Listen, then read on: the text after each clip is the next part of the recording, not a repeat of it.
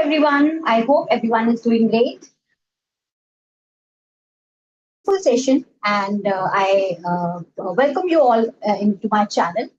तो स्टूडेंट्स आज जो एक सेशन है वो कहीं ना कहीं एक करियर ओरिएंटेड सेशन है जो मैंने प्लान किया है और इसमें स्टूडेंट्स आज हम पीएचडी कैंडिडेचर रिसर्च करियर के बारे में बहुत सारी इंपॉर्टेंट बातें जो है वो डिस्कस करने वाले हैं और I hope this would be helpful in your further PhD journey.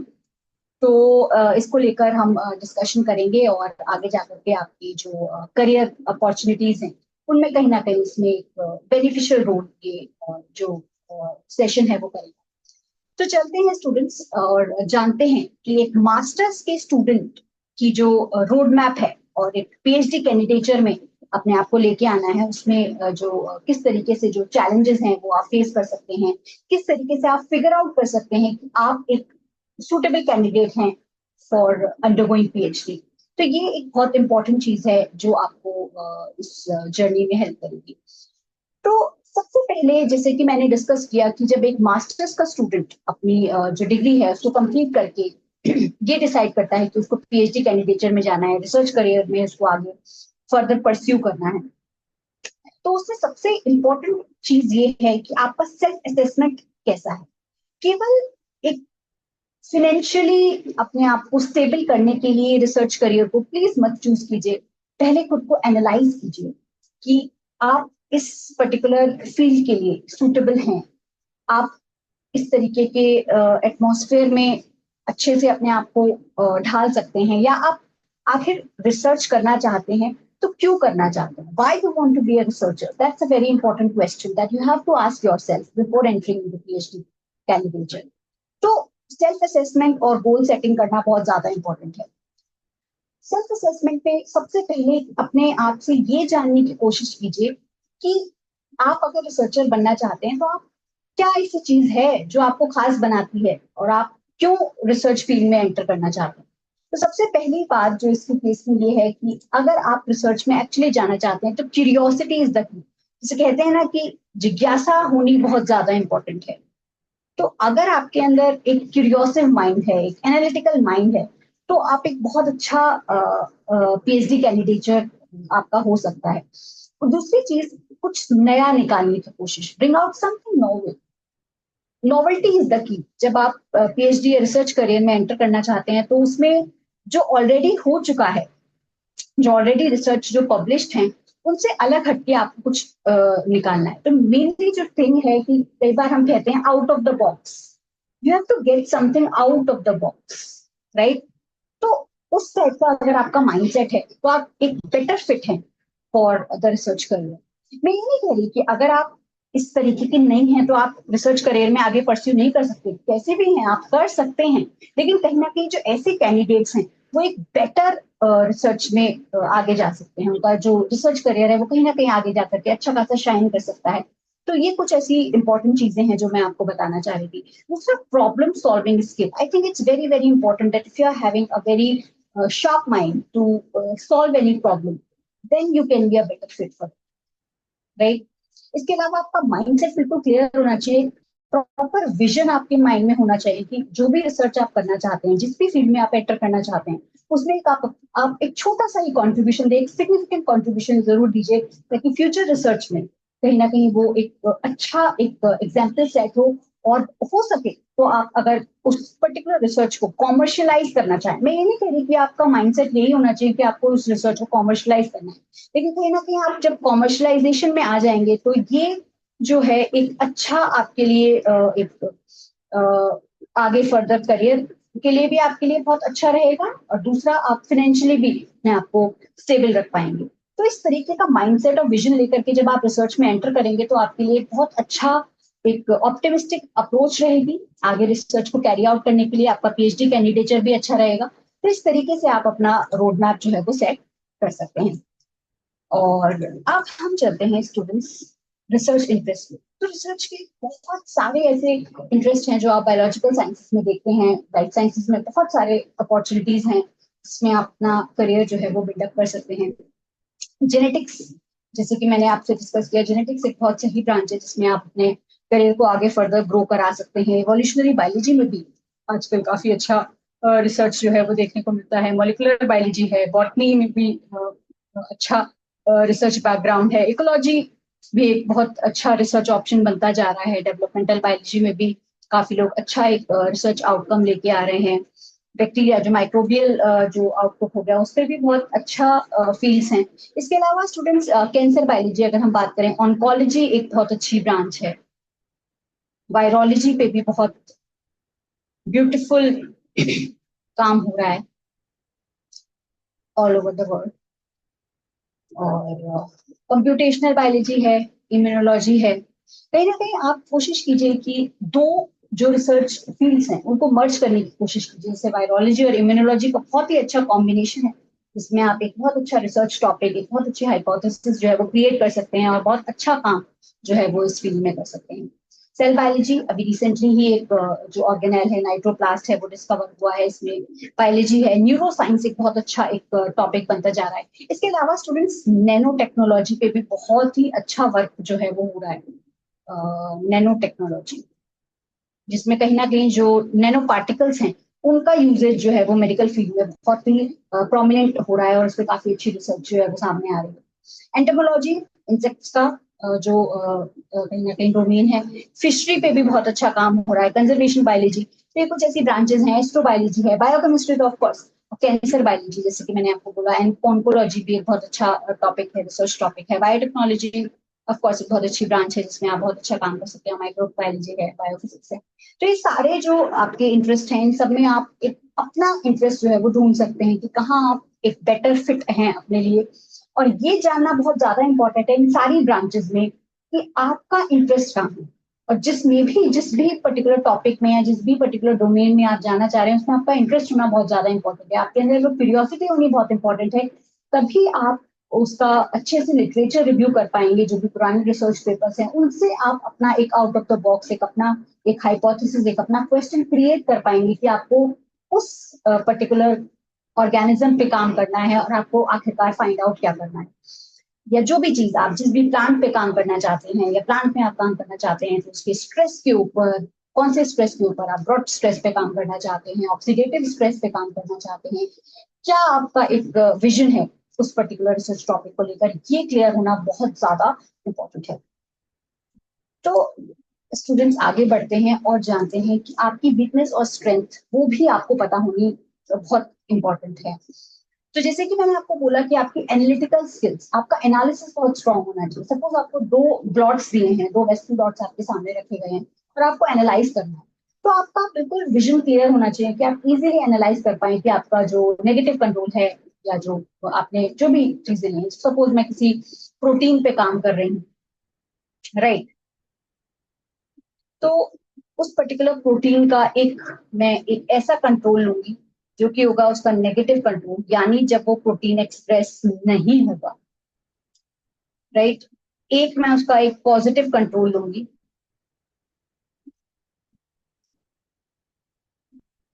और एक पर्टिकुलर जो भी उसका जो सैंपल एनालिसिस होगा वो उसके ऊपर मैं काम करूंगी, राइट। तो नेगेटिव कंट्रोल में कहीं ना कहीं जब वो पर्टिकुलर रिजल्ट नेगेटिव आने वाला है, वो पॉजिटिव नहीं आने वाला, वो नेगेटिव कंट्रोल हो गया। पॉजिटिव कंट्रोल यानी जिसमें वो पर्टिकुलर प्रोटीन नहीं है लेकिन हमने उसके जैसा कोई एक पर्टिकुलर एक हमने पॉजिटिव कंट्रोल जो है वो लिया है, जिसके थ्रू हम ये एनालाइज कर पाएंगे कि जो सैंपल एनालिसिस है वो कहीं ना कहीं उस पॉजिटिव कंट्रोल से डिफर। तो इस तरीके से आप अपने एक्सपेरिमेंटल डिजाइन और एनालिसिस को स्ट्रॉन्ग कर सकते हैं। वो तभी आप कर सकते हैं जब आप रिसर्च पेपर्स को पढ़ेंगे। कहीं ना कहीं आपका जो मास्टर्स का जो बैकग्राउंड है वो भी इसके केस में बहुत एक इंपॉर्टेंट रोल प्ले करता है कि किस तरीके से आपने एक्सपेरिमेंट्स किए हैं, किस तरीके से आपने डिजर्टेशन कंप्लीट किया है। जो आपका मास्टर्स की डिग्री होती है उसमें आप एक डिजर्टेशन प्रोग्राम जो है वो करते हैं अपने लास्ट सेमेस्टर में। उस डिजर्टेशन में आपका क्लियर होना चाहिए आपका विजन कि आपने किस तरीके से अपने जो एक्सपेरिमेंट्स हैं उनको कैरी आउट किया है, किस तरीके से आपने अपने जो आपका जो विजन है उसको लेकर वो कैसा है। तो ये चीजें बहुत ज्यादा इंपॉर्टेंट है। तो जो भी आप रिसर्च करना चाहते हैं उसमें आपकी क्रिएटिविटी किस तरीके से आप एक्सपेरिमेंट्स को क्रिएट करेंगे, किस तरीके से एक्सपेरिमेंटल डिजाइन कैसे करेंगे। उसके बाद आपकी क्रिटिकल थिंकिंग, जैसे कि मैंने आपको बोला कि किस तरीके से आप कंपेयर करेंगे जो आपका सैंपल है, जो आपका जीन ऑफ इंटरेस्ट है, जिस भी चीज पे आप काम करना चाहते हैं उसको किस तरीके से एनालाइज करने की कोशिश करेंगे। डेटा एनालिसिस भी इसमें एक बहुत इंपॉर्टेंट रोल प्ले करता है। तो ये आपको फिगर आउट करना बहुत इंपॉर्टेंट है कि आपकी एनालिटिकल स्किल्स कैसी है। दूसरी चीज स्टूडेंट्स, आपकी जो राइटिंग स्किल्स हैं वो भी एक बहुत इंपॉर्टेंट रोल प्ले करती हैं, क्योंकि अल्टीमेटली आपको अपनी जो राइटिंग स्किल्स हैं उनमें आपको अपना सिनॉप्सिस सबमिट करना होगा। आपको अपने रिसर्च आर्टिकल्स लिखने होंगे। रिसर्च आर्टिकल्स कैसे भी हो सकते हैं स्टूडेंट्स। रिसर्च आर्टिकल्स में आप अपना रिव्यू आर्टिकल भी लिख सकते हैं, जिसमें कहीं ना कहीं जो आपने पुराना जो भी रिसर्च जो भी आपका लिटरेचर ऑफ रिव्यू है, आपने उसको एक मर्ज करके अपना एक विजन दिया है फॉर फ्यूचर पर्सपेक्टिव्स के साथ। दूसरा एक आपका जो रिसर्च आर्टिकल जो कि आप लिखेंगे, तो इस तरीके से आप अपनी रिसर्च में आपका जो राइटिंग स्किल है वो भी बहुत इंपॉर्टेंट है। लास्ट में ऑफ कोर्स आप अपनी थीसिस को सबमिट करेंगे, राइट। तो उसके लिए आपका बहुत ही क्लियर माइंडसेट होना चाहिए कि आप जो भी रिसर्च आप करना चाहते हैं उसमें आपका एक टॉपिक बिल्कुल क्लियर होना चाहिए, किस टॉपिक पे आप काम करना चाहते हैं। उसके नोट्स, सबसे इंपॉर्टेंट जो प्राइम मोस्ट थिंग है कि आपका लिटरेचर ऑफ रिव्यू बहुत ज्यादा सॉलिड होना चाहिए। जब आप कोई भी रिसर्च टॉपिक को चूज कर रहे हैं, आप उस रिसर्च पे काम करना चाहते हैं, तो आपका जो रिव्यू ऑफ लिटरेचर है वो बहुत क्लियर होना चाहिए कि आपने इतना उस टॉपिक के बारे में पढ़ लिया है, और रिसेंट आपके पास जो भी उस पर्टिकुलर टॉपिक के बारे में या पर्टिकुलर वायरस के बारे में या बैक्टीरिया के बारे में, जिसके भी बारे में आप आगे पढ़ना चाहते हैं, उसका करंट सिनेरियो क्या है, करंटली वो उस वायरस को लेकर क्या क्या इन्फॉर्मेशन आ रही है। सपोज जैसे अभी इस समय काफी ये जो फेमस है HMPV वायरस को लेकर भी काफी सारी चीजें जो है वो हो रही है, तो रिसेंट जो भी इंफॉर्मेशन है वो आपके दिमाग में बिल्कुल क्लियर होनी चाहिए। तो ये सब चीजें ही आपको आगे जाकर के बेटर रिसर्चर जो है वो बनाएंगे, राइट। और आपका आउटलाइन जो है वो क्लियर होना चाहिए कि किस तरीके से आप अपने क्वेश्चन की फ्रेमिंग करने वाले, किस तरीके से हाइपोथेसिस लिखने वाले, राइट। तो जब आप अपना जो भी रिसर्च पेपर लिखें तो उसमें आपका जो इंट्रोडक्शन है वो बहुत सॉलिड होना चाहिए। आप क्लियरली अपने जो भी जिस भी टॉपिक पे आप काम करना चाहते हैं उसका इंट्रोडक्शन बहुत सॉलिड हो, प्रॉपर बॉडी हो, उसके बारे में जो भी आप आगे फर्दर उसको एक्सप्लेन करना चाहते हैं, इलैबोरेटिव डिस्कशन करना चाहते हैं, वो भी बिल्कुल क्लियर होना चाहिए। और लास्ट में इसका कंक्लूजन तो बहुत ही ज्यादा इंपॉर्टेंट है कि आप किस तरीके से कंक्लूड कर रहे हैं कि कैसे वो पर्टिकुलर रिसर्च जो है वो आगे फ्यूचर, उसका फ्यूचर पर्सपेक्टिव्स कैसे, राइट, फ्यूचर पर्सपेक्टिव्स। तो इस तरीके से आप एक बेटर रिसर्च पेपर लिख पाएंगे और एक बेटर रिसर्च को कैरी आउट कर पाएंगे और एक अच्छे रिसर्चर बन के आप सामने आए, राइट। तो अब हम बात कर लेते हैं रिसर्च प्रोग्राम्स की। तो रिसर्च प्रोग्राम्स की जहां हम बात करते हैं तो स्टूडेंट्स आपको खुद ही आइडेंटिफाई करना है यूनिवर्सिटीज की वेबसाइट्स पे जाकर के कि कौन से रिसर्च प्रोग्राम्स में आप बेटर फिट हो सकते हैं। जैसे बहुत से लोग एमफिल को भी प्रेफरेंस देते हैं, राइट। और पीएचडी डिग्री में भी स्टूडेंट्स, कई स्टूडेंट्स जो हैं वो पार्ट टाइम पीएचडी डिग्री करना चाहते हैं। और कई, वैसे लाइफ साइंसेज में अगर हम बात करें तो कहीं ना कहीं फुल टाइम पीएचडी डिग्री ही वैलिड होती है, और रिमोट पीएचडी आई गेस बहुत ज्यादा मैंने नहीं इस चीज को सुना है, ना ही एनकरेज किया जाता है, क्योंकि कहीं ना कहीं आपको उस पर्टिकुलर जगह पर जाकर के एक्सपेरिमेंट्स जब तक आप नहीं करेंगे तब तक आप कुछ भी कंक्लूड नहीं कर पाएंगे, unless it's a dry lab. अगर आप किसी बायोइन्फॉर्मेटिक्स या किसी और ब्रांच में अगर आप आगे काम कर रहे हैं तो उसमें कहीं ना कहीं जो रिमोट वर्क है वो वर्क करता है। लेकिन जो वेट लैब है या जो बाकी जो लाइफ साइंसेज की ब्रांचेस हैं उनमें आपको फुल टाइम जो है वो वहाँ लैब में जाकर के काम करना होगा। तो उसी से रिलेटेड जो भी यूनिवर्सिटीज है वो आपको फिगर आउट करनी होगी। कम से कम जब आप पीएचडी डिग्री के लिए आगे रिसर्च में जाना चाहते हैं तो उसमें जब आप अपना जो एक आप एक लिस्ट तैयार करते हैं तो उसमें कहीं ना कहीं ज्यादा से ज्यादा यूनिवर्सिटीज को ऐड कीजिए, ताकि अगर आप एक जगह नहीं आप एनरोल कर पा रहे हैं तो दूसरी जगह आप आराम से एनरोल कर लेंगे। उसके अलावा रिसर्च लैब्स को आइडेंटिफाई करना बहुत इंपॉर्टेंट है कि आप किस पर्टिकुलर रिसर्च लैब में आगे काम करना चाहते हैं, वहाँ का इंफ्रास्ट्रक्चर कैसा है, अभी हम इसके बारे में भी डिस्कस करेंगे।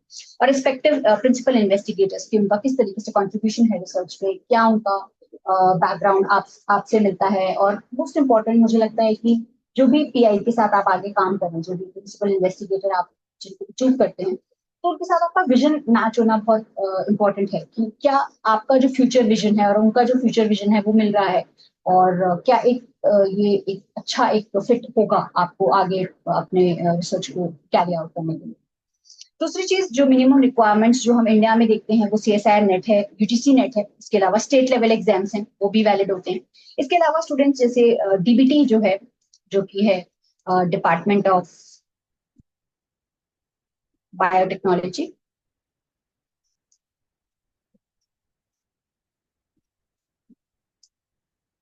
ये कुछ और जो फंडिंग एजेंसीज हैं जो कि अपने एग्जाम्स को कैरी आउट करती हैं, DBT है। इसके अलावा स्टूडेंट्स अभी मैं डिस्कस करूंगी जैसे कि जो जो गोल्ड मेडलिस्ट होते हैं,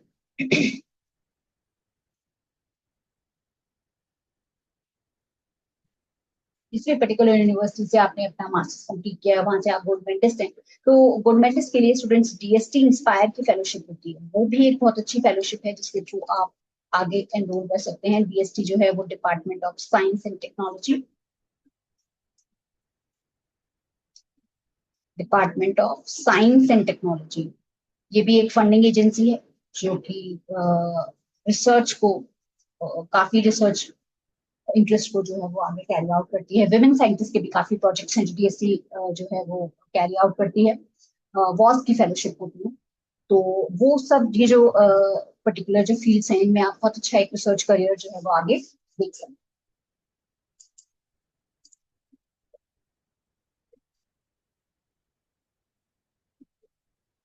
अगर आप अब्रॉड आउट ऑफ इंडिया जो है वो PhD को करना चाहते हैं तो उसमें GPA के जो स्कोर्स हैं, ग्रेड पॉइंट एवरेज के जो स्कोर्स हैं वो बहुत इंपॉर्टेंट रोल प्ले करते हैं। इसके अलावा GRE स्कोर, GRE का जो एग्जामिनेशन होते हैं उसमें GRE के जो स्कोर्स हैं वो कहीं ना कहीं वैलिड होते हैं फॉरेन यूनिवर्सिटीज में। इसके अलावा जो टॉफल है, इंग्लिश फ्लुएंसी के लिए बहुत सारी यूनिवर्सिटीज जो है वो टॉफल का स्कोर डिमांड करती हैं, स्पेशली फॉर द PhD की। और जैसे कि US में अगर हम बात करें तो वहाँ पे टॉफल के स्कोर्स चलते हैं। कई चाइनीज यूनिवर्सिटीज भी इस चीज को रिकमेंड करती हैं। यूरोपियन कंट्रीज में, बहुत सारी कंट्रीज में जो है ये टॉफल के जो स्कोर्स हैं कहीं ना कहीं उनको वैलिड स्कोर जो है वो रिक्वायर। तो ये टॉफल का जो एग्जाम है ये भी आप को हेल्प करेगा आगे PhD डिग्री में इनरोल करने के लिए, आगे फर्दर आपको रिसर्च करियर में ग्रो करने के लिए। इस तरीके से आप अपनी चीजों को मिलते हैं। और इसके अलावा स्टूडेंट्स कुछ इंडियन वुमेन साइंटिस्ट के भी प्रोजेक्ट्स जो है चलते हैं, वुमेन साइंटिस्ट प्रोजेक्ट्स भी हैं जो कि जो department of science and technology, जैसे मैंने आपको बोला DST के थ्रू जो है वो आगे कैरी आउट होते हैं, जो कि आपको अगर आपका करियर में ब्रेक हो गया है तो वो आपको हेल्प करेगा आगे आपके करियर को, रिसर्च करियर को आगे और प्रोसीड करेंगे। तो इस तरीके से आप अपने रिसर्च करियर को आगे ले जा सकते हैं, बहुत फ्लरिशिंग और एक बहुत ही इनोवेटिव रिसर्च को सामने ला सकते हैं, और एक अच्छा एक एग्जाम्पल सेट कर सकते हैं और एक बहुत अच्छा कंट्रीब्यूशन दे सकते हैं रिसर्च करियर में। इसके अलावा आपको ये बहुत ज्यादा इंपॉर्टेंट है कि आपका जो हेल्दी वर्किंग एनवायरनमेंट है वो काफी हेल्दी है। तो जिस भी सुपरवाइजर है, जिस भी VI के साथ या प्रिंसिपल इन्वेस्टिगेटर के साथ आप काम करना चाहते हैं, उनका एक अच्छा बैकग्राउंड हो, रिसर्च बैकग्राउंड। मैं ये नहीं कह रही कि बहुत ही ज्यादा अच्छा बैकग्राउंड होता है, अपना अपने कैलिबर के अकॉर्डिंग आप अपने सुपरवाइजर को चूज कीजिए, क्योंकि कई बार क्या होता है ना कि हम ये सोचते हैं कि सुपरवाइजर बेटर है, तो कहीं ना कहीं जो उनकी एक्सपेक्टेशन होगी from you also that would be much good, right. उस तरीके से आप अपनी चीजों को चूज कीजिए। और दूसरा, जैसे कि पहले भी मैंने आपको बोला कि आपका जो विजन है वो उनके विजन से मैच होना चाहिए, लॉन्ग टर्म विजन आपके माइंड में जो है वो कहीं ना कहीं उनसे मैच होना बहुत ज्यादा इंपॉर्टेंट है। दूसरा, इंफ्रास्ट्रक्चर, लैब का इंफ्रास्ट्रक्चर भी एक इंपॉर्टेंट रोल प्ले करता है कि वहाँ पे प्रॉपर फैसिलिटीज हैं या नहीं है, या अगर प्रॉपर फैसिलिटीज नहीं है तो वहाँ पे अरेंज की जा सकती है, जैसे कि पास के किसी इंस्टीट्यूट से या पास की कई यूनिवर्सिटी से वो चीज अरेंज हो सकती है, क्योंकि कई बार इंस्ट्रूमेंटेशन इतने ज्यादा कॉस्टली होते हैं तो वो उस चीज को अफोर्ड कर पाना या बहुत सारी चीजें कर पाना इट्स नॉट इजी। तो वो सब चीजें आप पहले से बिफोर हैंड चेक कर लीजिए कि जिस भी इंस्टीट्यूट पे, जिस भी यूनिवर्सिटी में आप एनरोल करने जा रहे हैं, जहाँ पे भी आप काम करना चाहते हैं, एक अच्छा काम करना चाहते हैं, तो वहाँ पे रिसर्च लैब्स की जो इंफ्रास्ट्रक्चर है वो कैसा है। दूसरा, फंडिंग अपॉर्चुनिटी, ऑफ कोर्स जैसे कि मैंने आपको बोला कि अगर आपके पास कोई फंडिंग नहीं है तो जिस भी इन्वेस्टिगेटर के साथ आप काम कर रहे हैं तो उसमें फंडिंग अपॉर्चुनिटीज बहुत सारी होती है। जैसे कई बार जो साइंटिस्ट होते हैं या जो रिसर्चर्स होते हैं उनके पास खुद अपनी जो फंडिंग्स हैं वो होती हैं, उनमें वो आपको एज अ JRF या फिर जूनियर रिसर्च फेलो जो है वो एनरोल करा सकते हैं, as a junior research fellow आप एंटर कर सकते हैं उनकी लैब्स में। जूनियर रिसर्च फेलो, या फिर वो आपको प्रमोट कर सकते हैं एज अ SRF या फिर सीनियर रिसर्च फेलो।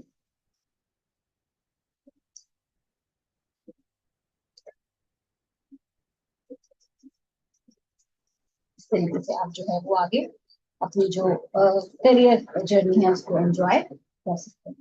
इसके अलावा स्टूडेंट्स जो एक बहुत अच्छा इंपॉर्टेंट जो एक पॉइंट है जो मैं यहाँ पे मेंशन करती हूँ वो नेटवर्किंग है। आपकी नेटवर्किंग जितनी ज्यादा स्ट्रांग होगी वो कहीं ना कहीं आपको आपके करियर में ग्रो होने में बहुत ज्यादा हेल्प करेगी। जितने जो भी पर्टिकुलर टॉपिक या कहीं पे भी आपको कोई वर्कशॉप्स अटेंड करने का मौका मिलता है तो please do attend the workshops. Conferences होती हैं, वर्कशॉप्स होती हैं, उनमें जरूर अटेंड कीजिए। और अगर आप ऑलरेडी एक रिसर्चर हैं या आप ऑलरेडी एज ए JRF कहीं वर्क कर रहे हैं तो अगर आपको कहीं पेपर प्रेजेंट करने का मौका मिलता है, पोस्टर प्रेजेंटेशन है या पेपर प्रेजेंटेशन है, वो जरूर कीजिए। उससे it will help you boost your confidence. इसके अलावा ना स्टूडेंट्स बहुत सारे रिसर्च आइडियाज मिलते हैं क्योंकि जब आप दूसरे रिसर्चर से मिलेंगे, दूसरे ऐसे साइंटिस्ट से मिलेंगे जो ऑलरेडी अपनी फील्ड में बहुत अच्छा काम कर रहे हैं, तो वो आपको कहीं ना कहीं मोटिवेट करेंगे। और बहुत एक्सपेरिमेंटल डिजाइन के भी बहुत अच्छे आइडियाज मिलते हैं क्योंकि जब आप दूसरों की रिसर्च को देखेंगे तो आप कहीं ना कहीं देख पाएंगे कि उसने कितनी ब्यूटीफुली जो है वो किसी भी एक्सपेरिमेंट को डिजाइन किया है। तो वो आइडियाज भी आपको मिल सकते हैं। मैं ये नहीं कह रही कि सारे बेनिफिट्स ही होते हैं, कहीं ना कहीं हो सकता है कि आपके रिसर्च आइडिया से किसी और की रिसर्च में भी बहुत अच्छा इम्पैक्ट पड़े। तो एक अच्छी एक आपकी और इससे बहुत अच्छी फ्रेंडशिप्स भी ग्रो होती हैं, तो it will help you a lot in gaining more and more and giving more and more. So it would be a good knowledge exchange. तो बहुत अच्छा एक एटमॉस्फेयर जो है आपके हो जाएगा। बहुत सारे रिसर्चर्स से आप मिलेंगे जो ऑल ओवर द ग्लोब जो है वो काम कर रहे हैं, और you will get to know a lot of बहुत सारी इंटरनेशनल कॉन्फ्रेंसेस भी होती हैं और इंडियन कॉन्फ्रेंसेस भी होती हैं, तो किसी में भी आप जा सकते हैं और वहाँ पे एक अच्छा नेटवर्किंग जो है वो क्रिएट कर सकते हैं। तो जैसे कि मैंने आपको बोला कि रिसर्च इंटरेस्ट में भी ग्रो होगा, एक्सपेरिमेंटल डिजाइन में भी बहुत सारी चीजें हेल्पफुल होती हैं। स्किल्स कई बार ऐसा होता है कि आप जिस यूनिवर्सिटी में हैं वहाँ पे वो आप पर्टिकुलर स्किल नहीं सीख पा रहे हैं, लेकिन आप दूसरी जो रिसर्चर से मिलेंगे वो दूसरी यूनिवर्सिटी से आएंगे तो उनसे आपको स्किल्स का मौका मिलेगा, तो आप अपने नॉलेज को शेयर कर सकते हैं, आप वहाँ पे जाकर के नई स्किल्स को सीख सकते हैं और अपनी जो रिसर्च लैब है उसमें उस चीज को इम्प्लीमेंट कर सकते हैं। और अगर आप कॉमर्शलाइजेशन करना चाहते हैं किसी भी प्रोडक्ट का जो आपने खुद फैब्रिकेट किया है, खुद बनाया है, तो उसकी उसका जो नेटवर्किंग है, उसका जो कहीं ना कहीं जो आप कह सकते हो कि उसको फर्दर मार्केटिंग में भी ये जो है वो हेल्प करेगा। तो ये सारी अपॉर्चुनिटीज जो है वो आपको आगे जाकर के हेल्प करेंगी अपने रिसर्च करियर को ग्रो करने के लिए। So that was it from my and. All the very best for your research career and do well, my dear students, and keep learning and keep shining uh, in your future endeavors for your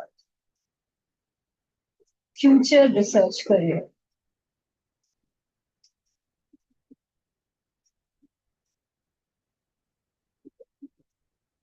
Thank you, students. Good night, everyone. Thank you.